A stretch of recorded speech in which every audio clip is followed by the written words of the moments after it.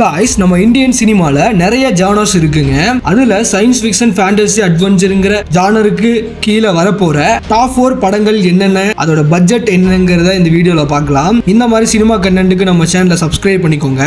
இதுல 4ஆவதா இருக்கிற படம் பாத்தீங்கன்னா பிரபாஸோட ஆக்டிங்ல நாக் அஸ்வின் டைரக்ஷன்ல அமோக வெற்றி பெற்ற கல்கி 2898 ஏடியோட அடுத்த பாகம்ங்க. ப்ரீ ப்ரொடக்ஷன்ல இருக்கு.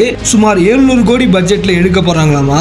டாப் 3ல இருக்கிற படம் பாத்தீங்கன்னா ஹனுமான் மூவி ஹீரோ தேஜா ஆக்டிங்ல வரப்போற மிராய்ங்கிற படங்க. சுமார் 60 கோடி பட்ஜெட்ல எடுத்திருக்காங்க.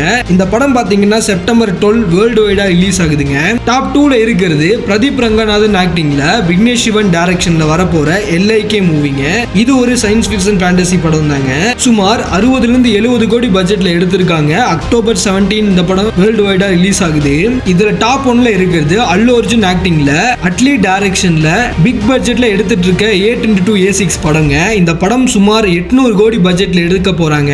2027ல இந்த படம் வரும்னு எதிர்பார்க்கலாம். இந்த 4 படங்கள்ல நீங்க பார்க்க விரும்புற படத்தை மறக்காம கமெண்ட்ல சொல்லுங்க.